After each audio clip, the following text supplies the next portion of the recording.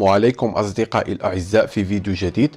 اليوم غادي نشوفوا التصريح ديال خوان لابورتا رئيس نادي برشلونة الإسباني، والذي تحدث عن تعاقد الفريق الكتالوني مع الجناح المغربي حكيم زياش لاعب نادي تشيلسي الإنجليزي في الميركاتو الشتوي المقبل.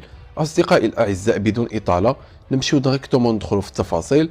أكد خوان لابورتا رئيس نادي برشلونة الإسباني لبرنامج تشيرينغيتو الإسباني الشهير، مؤكدا أنه سعيد جدا بإتمام صفقة الدولي المغربي حكيم زياش لاعب البلوز تشيلسي إلى فريق برشلونة الإسبانية.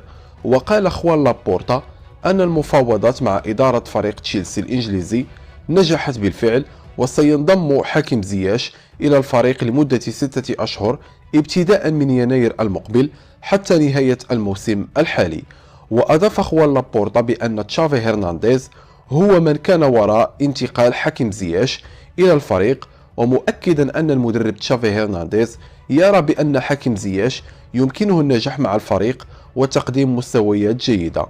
وتحدثت عدة تقارير عن إتمام تعاقد نادي برشلونة الإسباني مع الجناح المغربي حكيم زياش لاعب فريق تشيلسي الإنجليزي لتدعيم صفوف الفريق بناء على طلب من تشافي المدير الفني للفريق الكتالوني. أصدقائي الأعزاء بدون إطالة، هادشي اللي كان عندنا في هذا الفيديو.